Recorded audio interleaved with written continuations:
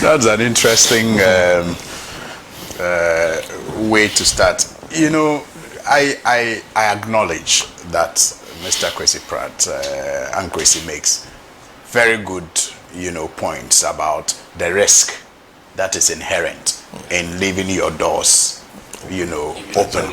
Yes, I mean, you can't disagree with those points. They are concerns that are legitimate. I mean, when you leave your doors, your borders open, apart from even criminals coming in, you also are the risk of diseases like my brother just mentioned, Ebola, and also drug trade, and all sort of criminal activities. That's is not in question at all.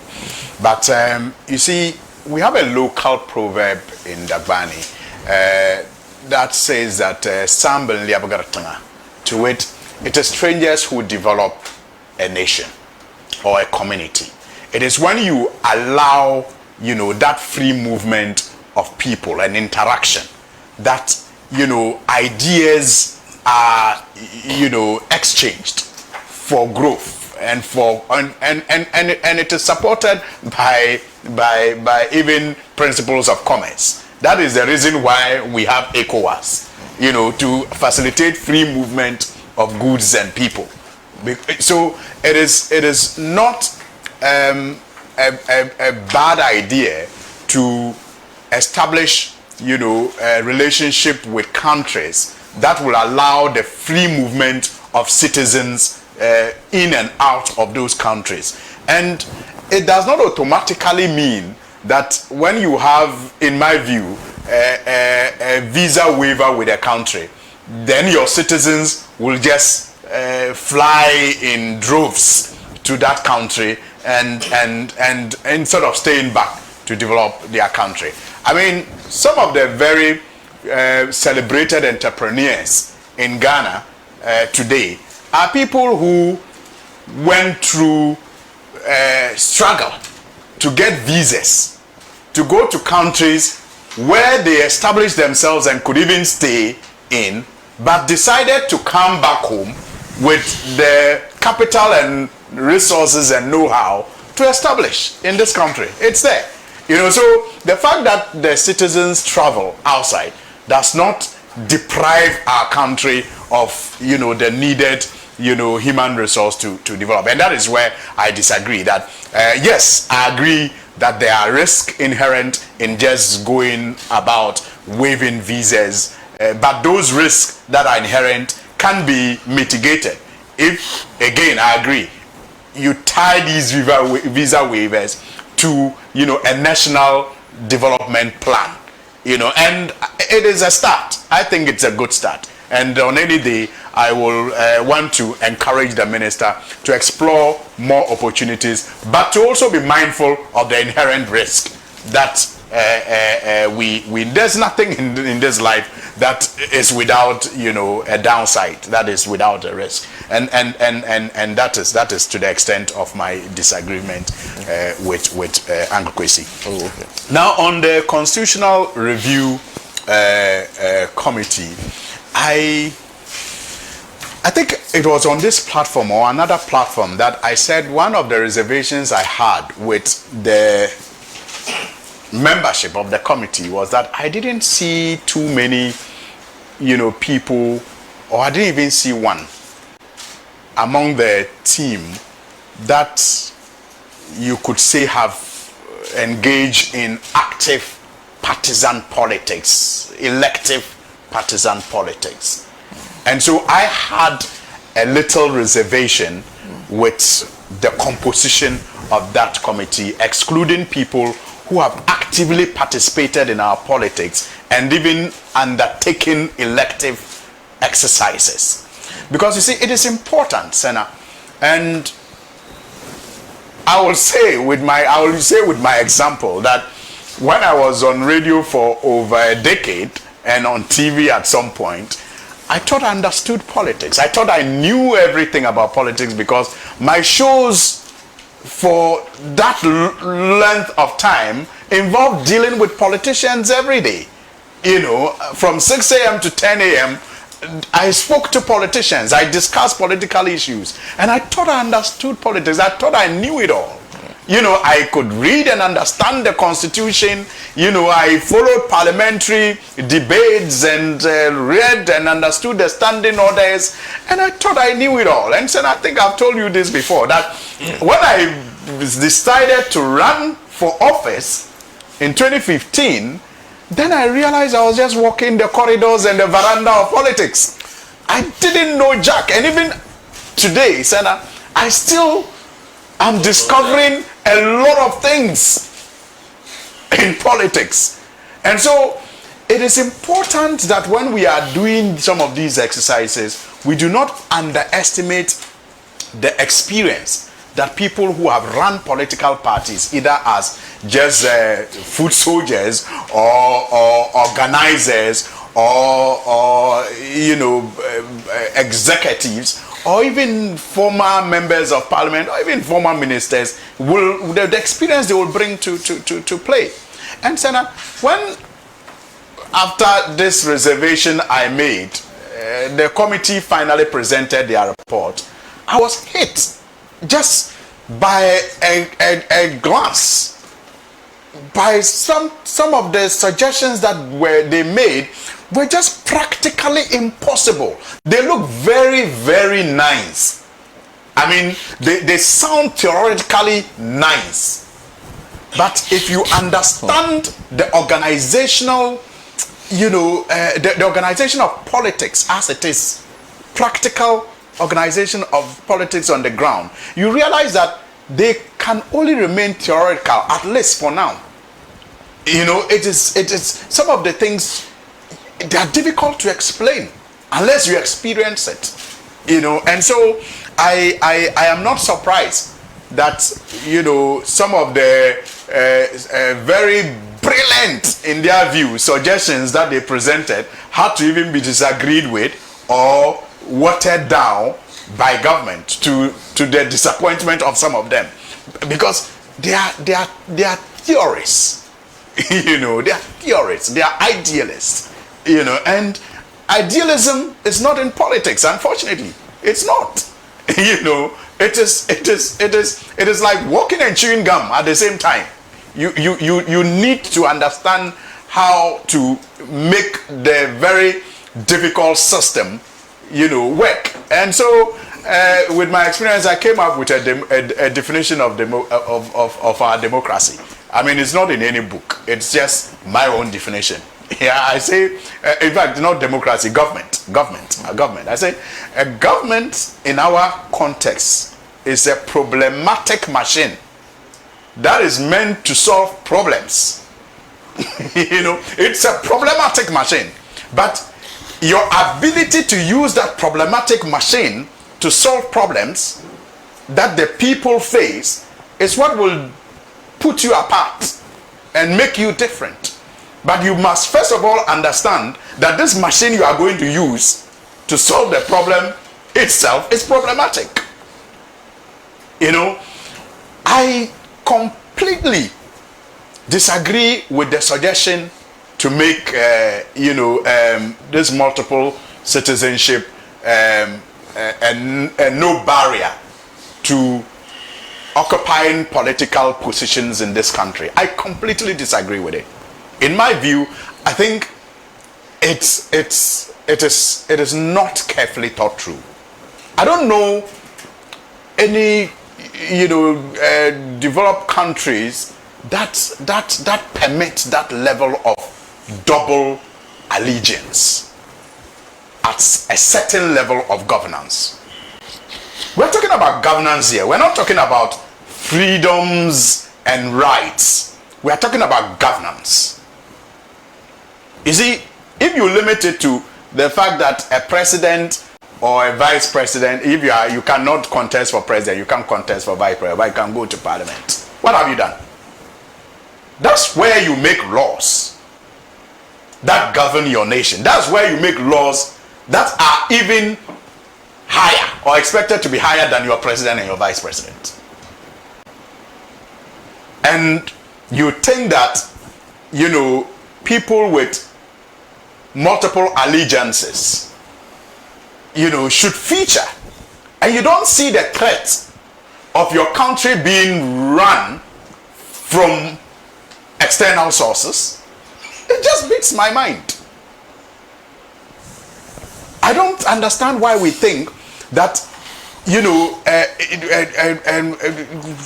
external interest. Yes, the Cold War is over, but it doesn't mean that we should not guard ourselves against external influence for whatever reason. It may even be economic reasons, purely economic. In fact, even the Cold War was about economic reasons. Yes, but I'm saying that we shouldn't allow our country to be run by people, in my view, who have multiple allegiances. That's my view. It's a personal one, and I completely disagree with the suggestion that we should allow them, people who are. I think that to some extent I share in the argument that people who have multiple citizenship contribute to the growth of this country in various ways. No doubt about that. And there are many ways that as a country we can acknowledge that. There are many ways that we can acknowledge that. The United States of America, they allow people to hold multiple passports, if you like it that way, or dual citizenship. And they have a way of recognizing the contribution of their citizens who have those double citizenship. But they will not allow them to get to certain levels in governance. Governance. You can have your freedom to do your business. You can do everything because you are an American citizen and you are a Ghanaian citizen. But at a certain level of governance, you will not be cleared. It is not just for fun. It is for identity. It is for it's for the sanctity of state. It's for I'm trying to get that word. I mean, it's for us to know that at all times our allegiance is to our country and its people. And yes, people can hold the Ghanaian passport, and people have done that. People can hold the citizenship, can be citizens, and people have done that, and still, pursue or promote foreign interest. That is there. But let us deal with only that. Okay. Let us deal with only that. Okay. Thank you very much. As Juliana De Nelson says, how about the law ensuring that these dual citizens be consistently resident for a minimum of 5 years to attempt to offer themselves for elections or hold positions? Interesting. If you look at the Constitution, one of the things it says, but there's an or he hails from that constituency. So just coming from there alone is adequate. Doc.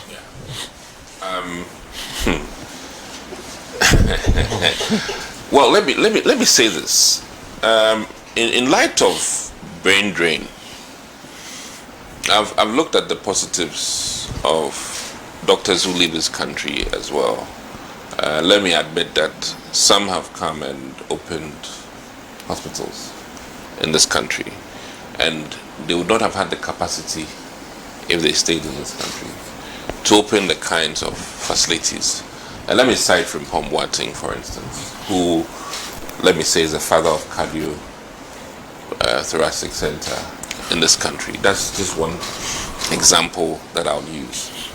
I think that from a human capital standpoint, our mining sector, supposing we had a professor of law, Ghanaian, as part of the mining committee, because maybe he's an MP, trust me, the legislative work that this professor, who's of Ghanaian origin, would contribute to Ghana's legislative work will be enormous. So I'm of the opinion that, in all honesty, and nobody can dispute this, that exposure in terms of, travel, exposure in terms of the kind of cases you get privy to is more of importance. So I'm of the school of thought. And mind you, we're in a global sort of era now where literally things are at the frontier. I don't think that we need to wait to jump and be at the forefront of things. And I say this with the greatest respect to what Suhini has proffered, in the sense that some level of clearance. But there are fewer Americans who have lived in Ghana and are going back. There are rather more Ghanaians who we've lost to the diaspora. Many very skilled, educated, knowledgeable Ghanaians. And I say this with the greatest of respect, in the sense that we've lost too many powerful minds to the diaspora. And if we have very knowledgeable, more exposed people come back to Ghana, we would advance. And I'm of the opinion that it will take a few people to advance this country. We don't need the masses, really. Countries that have advanced, I mean, there's only one Zuckerberg who's done Facebook, and look at what it's done to the world. There's only one Steve Jobs who did Apple, and look at what it's done. So my key point is that, listen, there are many nuances. It might take one expatriate to transform this country. We don't know. When we limit ourselves by virtue of the fact that he's gone, added knowledge, become American, either through marriage or length of stay in America, and wants to come and serve this country in any capacity, shape or form, not presidential, I think that it adds to the sea or mellow of human capital we have in this country, and that is why I have a problem. Denouncing your citizenship comes with major losses in terms of some benefits. And no, please, listen. If you would allow me, shall we choose competence and contribution over allegiance? That's another question. And I, as a Ghanaian, as I sit here, we've seen footballers change age. We've seen all kinds of things we've had to do for the Abedi Peles to succeed. I mean, you get my point. And if not for Abedi's success, that's like the GFA thing. Did you come and play or not? Listen, when they go and play in the German league, the training they go through, the kind of other competent players they play with, trust me, you can't be a local king and know more than these guys. Because whether we like it or not, exposure matters. Exposure. And I'm not saying that, listen, I have traveled the world through books. It is there. I knew California before living in California through books. We can do that, but that your Ghana professor who's never put together a phone and is teaching you, and you, the student who have gone through an institution and you are working with phone direct, that difference, it matters. And we've seen that with brilliant science and math. The woman told us that our students are brilliant, but they don't have that grasp of practicality. And we are here with an opportunity. I mean, the key question, Senator, a medical practitioner in the US with the board certified, and you tell him that when he's coming to work for Ghanaians in this country, quote unquote, allegiance, he should strip off his citizenship for everything and come and work for Ghanaians. Now, think about it. We want a way to promote and bring more expatriates back home. And mind you, the enormous contribution they'll make to this country, you have no idea. It will be monumental. Because I know there are well-meaning Ghanaians out there who have been red taped. We make it so difficult for people who want to come and help the country. Unfortunately, I'm speaking out of some of the experiences and the pain you have to go through when you have an option to move outside. I mean, listen, there are many doctors who have left. Some of us have stayed. Some of us who have stayed are for many reasons. Many reasons. But it doesn't mean that those who have left are less allegiant to Ghana. Circumstances well beyond their, situation. So I'm of the opinion that the mellow, if I'm using the right word, the human capital that would have maybe in the future in terms of parliament might be more powerful, in the sense that we will have people who, forgive me, are limited in their exposure, cannot even contribute at the committee level, which Suhini knows, even as we speak. The Speaker of Parliament is crying because he thinks that the caliber of parliamentarians that he has to deal with have gone rather down, not up. So I think that, please, bring in people, and I say this to some of my friends that, listen, me, I will travel any day. If I come back with one CD cry, the exposure changes how I look at things in this country. Nanama McBrown, was stopped from traveling again, but she admits that her travel and what she saw influenced how she worked. Is she less allegiant? She has, So my key point here, to conclude, is that I am of the opinion that this floodgate, one, promotes a return of Ghanaians who have benefited, first of all, because this is limited to those born here, not those who are quote unquote with Ghanaian parents, if I'm not mistaken. The likes of you and me, who may have left the shores of this country for 10 years, added on to the knowledge we have and expertise, and are coming to contribute to Ghana's development. And mind you, if you have an expert of planning who comes to sit in government for our developmental planning, his worst behavior crowd will be better than somebody with no knowledge about planning. Okay, and oh, listen, you see, listen, I have been very categorical.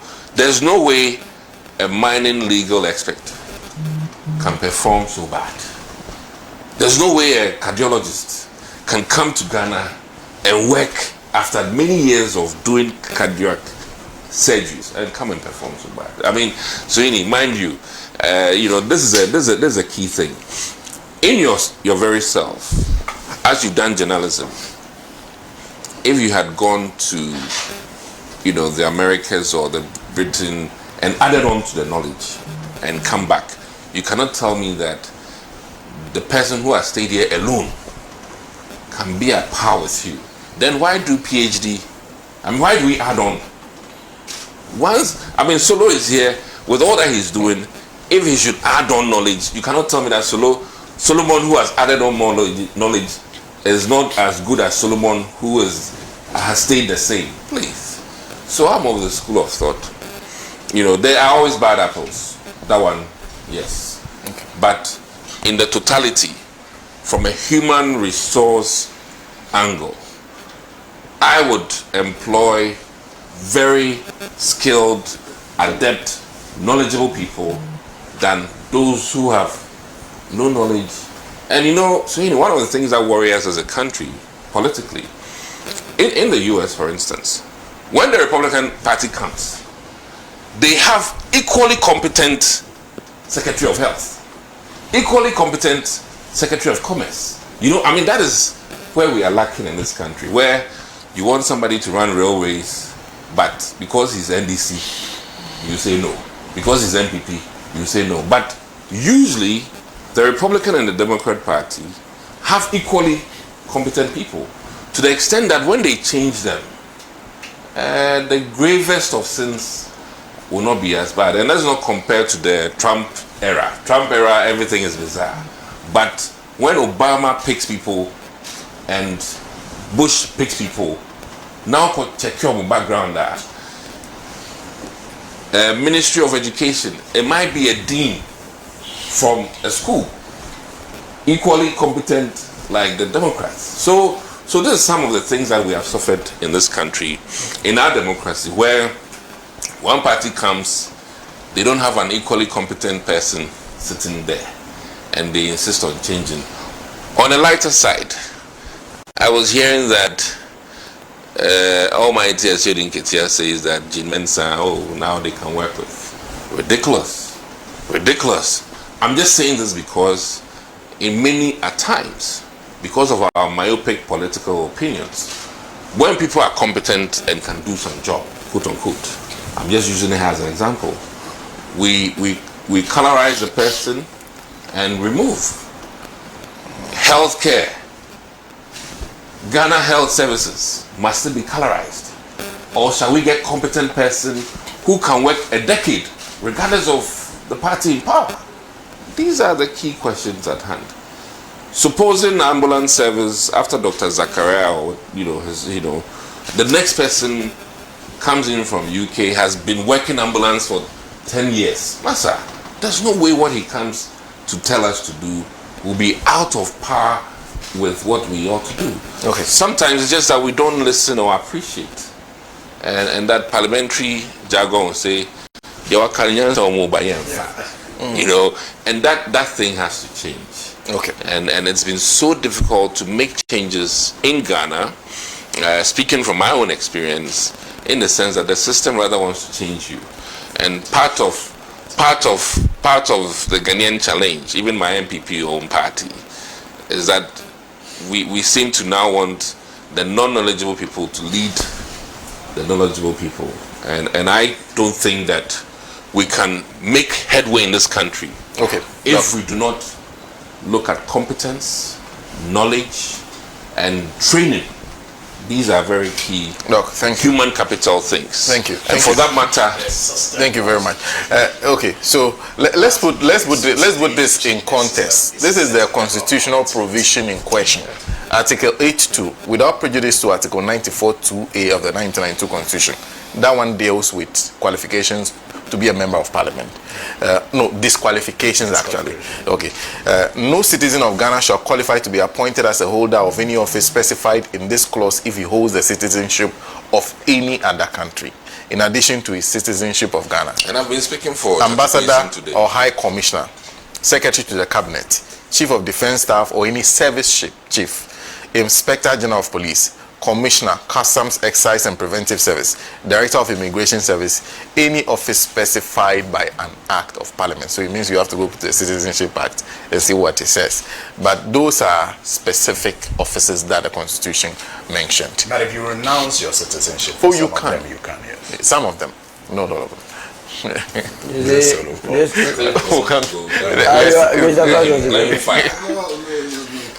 You don't mind? Okay. I don't mind. Okay. Especially as we don't have. Let me finish. As we don't have. As we don't have enough time. Yeah.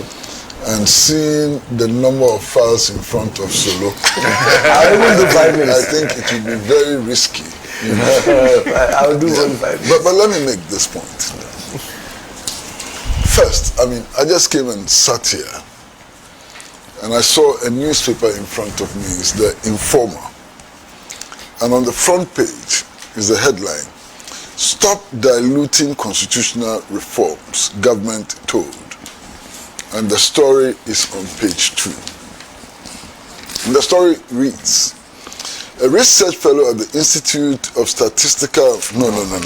The story reads, former United Nations Senior Governance Advisor, Professor Bafo Ajimandria, has accused the government of diluting key recommendations emerging from Ghana's ongoing constitutional review process, warning that the changes could undermine the purpose of the exercise. And there's a lot more to it. And Suhini, I'm lost.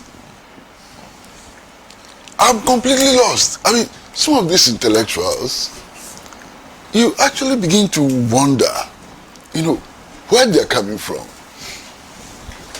A government, indeed a president, sets up a committee to look at the constitution and make recommendations for review. And you get appointed onto this committee and you insist that what you say must be law. Nobody can change it. That the president who appointed you must not express any view. The government must not express any view. You become what? You become God? Simply because some president appointed you to serve on a committee. It's unbelievable. They were appointed by the president to advise the president. The president is the ultimate decision maker, not them. You see how it's been twisted. It's shocking. I couldn't believe it. But before I continue, let me say that I listened to my brother Suhini. And at the end of his presentation, I'm wondering where he disagrees with me. Yeah. I'm just wondering. Yes. It's not substantial. There's no disagreement. There's no substantial disagreement. He says that we should exercise caution. What did I say? Which is different from what he said. So there's no disagreement. Caution sounded different. Yeah. I acknowledge the challenges that you raise, which are correct, but I'm saying that the tangent of waivers should be encouraged. Because there are benefits also there too that outweigh. So you're saying all the same thing. Yes. For example, there's this idea of promoting an African passport, which I fully support as a Pan-Africanist. When the African passport is introduced, every African citizen becomes a citizen of Africa and not Nigeria, Ghana, and so on. So visas will not apply. You understand? And if I accept that, it means that I accept visa waivers under some conditions, and so on. So there's no disagreement. I wonder why he went to great lengths to show that there's a disagreement when indeed there's no disagreement at all. Now, having gotten these two things out of the way, I want to sound a very, very serious warning. Suhini, I mean, it's a very, very serious warning. You see, I've been involved in national and international politics all of my adult life. And that's many years. Okay? All of my adult life. And I've come to learn a few lessons. You see, in politics, there is something called momentum. Something that you don't respect, something that you don't actually value, may generate a certain momentum leading to catalytic effects and so on. And the president and the National Democratic Congress should be very mindful of that. You see, if you read the 1992 Constitution, some of these amendments can only be effected through national referendum. That's true. Now imagine a situation where some of these changes are referred to a national referendum and the government position loses. It can generate a momentum leading to the total defeat of the NDC in the 2028 elections. It may be some inconsequential matter and so on, but if it is government position and it is put to a referendum and government loses that referendum, it can generate a momentum which would ensure 2028 the NDC loses the elections massively. Just because of the momentum. Look, the government may be doing very well with the economy, it may be doing very well with roads, it may be doing very well with everything. But if it allows a momentum to be generated on dual citizenship or any of those things and so on, it can kick it out of power. Mark my words.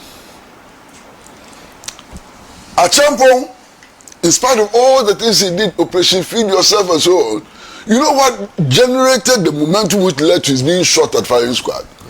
Union government. Union government generated sufficient momentum to the extent that when he was being shot, it was being applauded in spite of all the good things that he had done. This government must be very, very, very careful. Indeed, a word to the wise can sometimes be enough.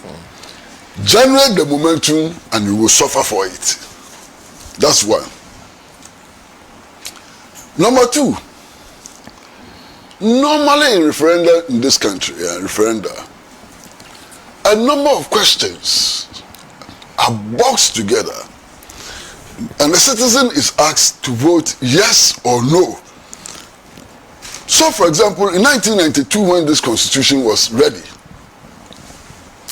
all of us as Ghanaians had just two options, either to vote yes or no to all the provisions in this big book. So, the choice sometimes doesn't make sense. You may agree with Article 2 of the Constitution, disagree with Article 5 of the Constitution, agree with Article 75 of the Constitution, and agree with 78. How do you vote yes or no on this matter? And yet everybody is required to vote yes or no. I know why many people voted yes in 1992. It was not because of the provisions in the Constitution. Because some of our political leaders like Professor Dubois and others said, vote yes. At least it gives us a constitution and it gives us elections and parliament. And then when we come to power, we can then throw it away and write a new constitution. That is why people voted yes. Those people had many disagreements with the constitution and still voted yes. So, for example, many of the leaders of the New Patriotic Party at that time were very uncomfortable with the transitional provisions. And yet they voted yes for it. You understand what I'm saying? So if you're going to go to a referendum, how do we frame the questions such that it actually reflects what people agree with and what people disagree with? How do we do that? How then will the votes be counted and so on? It's a very complex thing and people should not take it for granted. We are in a hurry to submit proposals for review of the Constitution without thinking about the mechanisms for ensuring that the people's will is reflected in that process. And that itself is very, very dangerous. You understand what I'm saying? So I hope that these two warnings will be taken seriously. If they are not, we all day here, we will see the results. Mark my words. Today is 8th August 2026. Don't forget that I sat in this studio and drew attention to these problems. These problems can bite, and they can bite very deeply. Like Venezuela. Yo. I agree. Well, sorry, I don't. Well, now having said that, I see there's a lot of concentration on this question of dual citizenship. Those who made the proposal and those who have accepted it themselves agree that dual citizenship ought to be a barrier. Because if there's no problem with dual citizenship, why exclude the presidency and the vice presidency? The mere exclusion of the presidency and the vice presidency is indication that there's a problem with dual citizenship. You see, and my brother, you seem to suggest that every dual citizen knows the world better than those who have single citizenship. It's false. And let me explain. Let me explain. You didn't say that, so you are not You see, explaining, sir. there are Ghanaians who are not dual citizens. Yes. but who have traveled the world and have had multiple experiences across the world. There are Ghanaians who have dual citizenship who have traveled to only one country. One state. Possibly. Okay? So the fact that people have dual citizenship doesn't mean that they know the world better than those with single citizenship. They don't. Yeah. So they don't. So that's not a good excuse. You understand? Now I ask myself, what makes one decide to acquire the nationality of another country? And you mentioned one, marriage. You see a girl, she's so beautiful, you are in love with the girl, and your love for the girl makes you feel, or your love for the man makes you feel that you can abandon your brothers, your sisters, your aunties, your grandmother, and everybody and go and stay in his or her country. That's the extent to which you are very, very loyal to your country and your family. If that is the reason, I have no problem with that. But everybody who makes a decision must enjoy the benefits that accrue from the decision and also suffer the disadvantages that accrue from the decision. You cannot make one decision, benefit from it, and disregard its consequences. So if you decide to sacrifice your country, your family, your brothers, your sisters, everything, for the sake of love, continue with your love. Don't abandon your love. Stay there. Love. Continue loving. Love and love and love. You know, sometimes people also acquire dual nationality as a matter of convenience. Just convenience. He's traveled to a country, he's looking for a job. That job in that country is only available to nationals of that country. He changes his nationality, or acquires the nationality of that country in addition to his country so that he can get a job. That's the value they place on nationality. Nationality is a convenience means of getting a job. You understand? Now, I went to the UK in the mid-1980s. And I came by some information. I was surprised. The number of people who had used the association with me to secure permanent residence in the US, in the United Kingdom. Some of them I've never met in my life. I didn't know them. Even today, I meet some people and say, oh, they say in Krim, and so on. You understand? Now, those people, what is the extent of their commitment to their country and so on? You see? And you see, the positions we are talking about are not ordinary public service positions or civil service positions.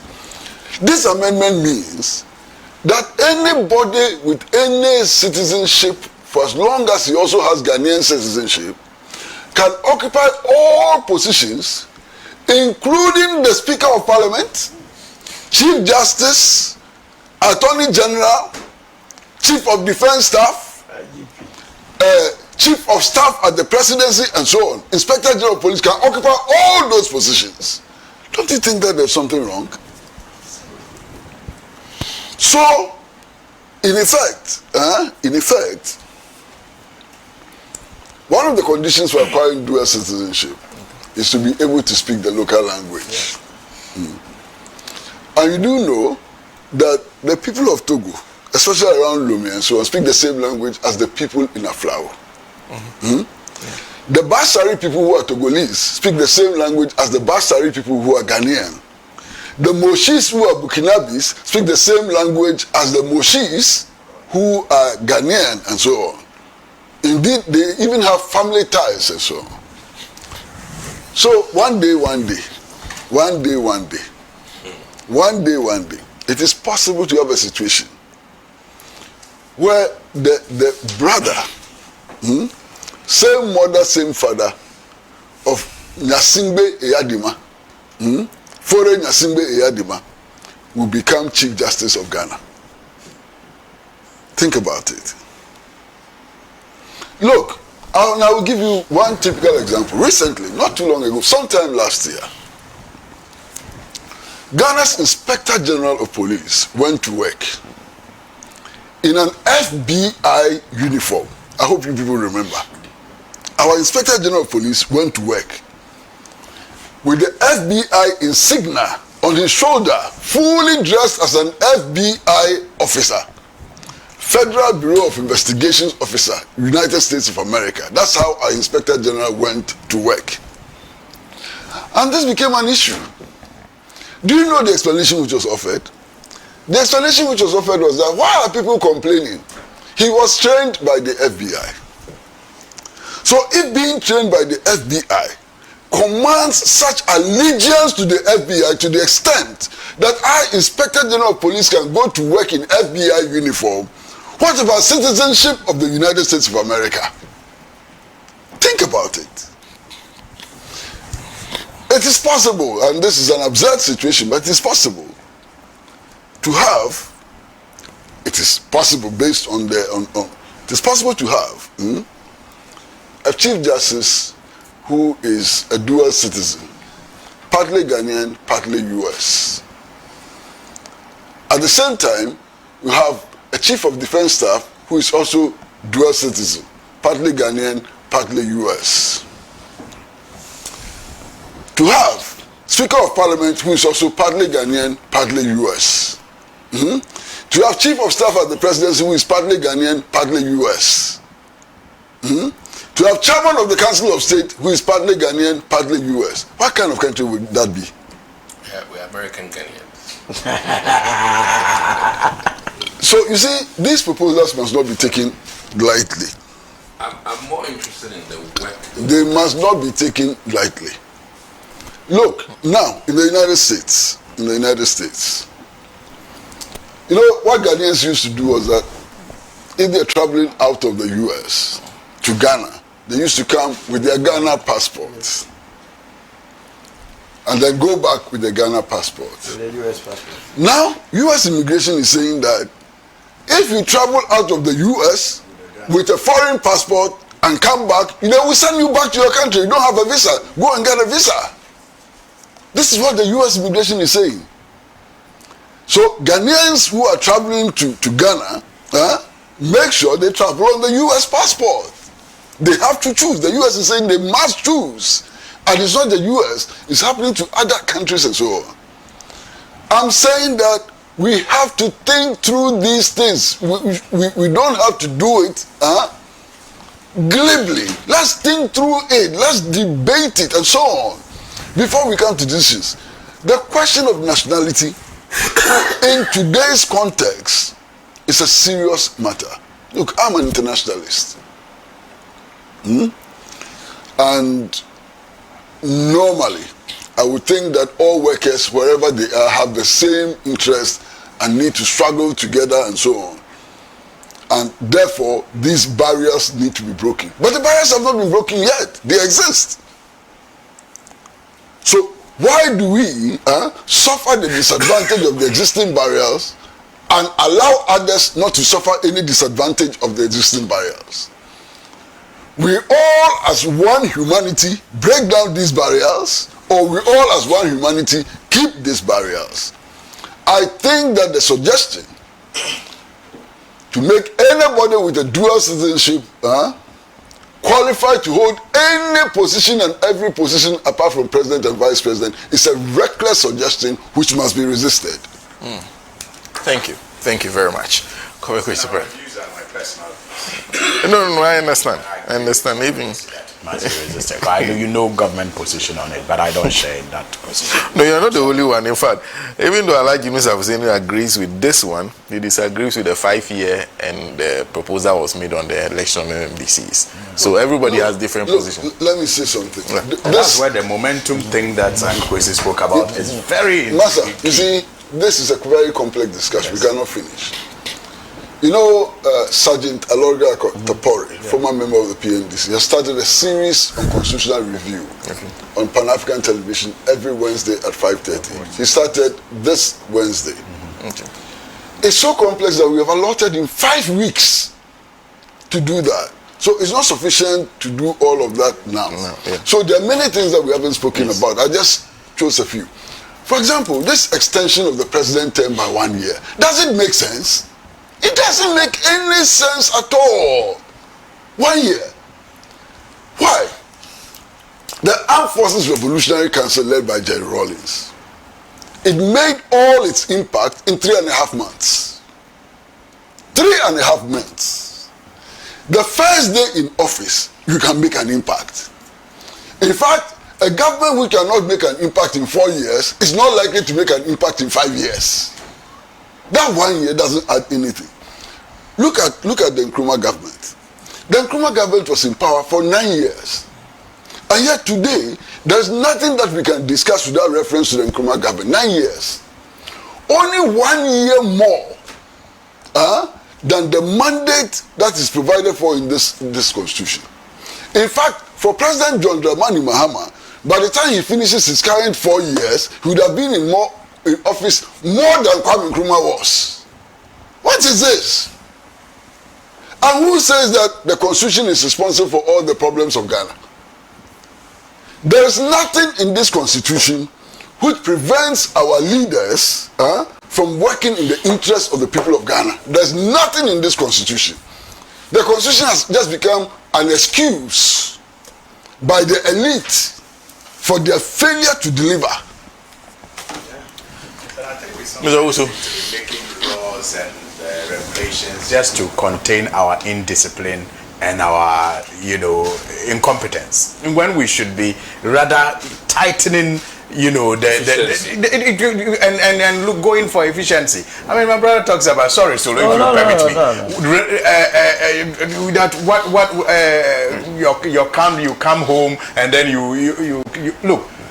There's that common saying that wax not what your country has done for you, but what you can do for your country. If you cannot renounce another country's allegiance just for your country, then what else can you sacrifice for your country?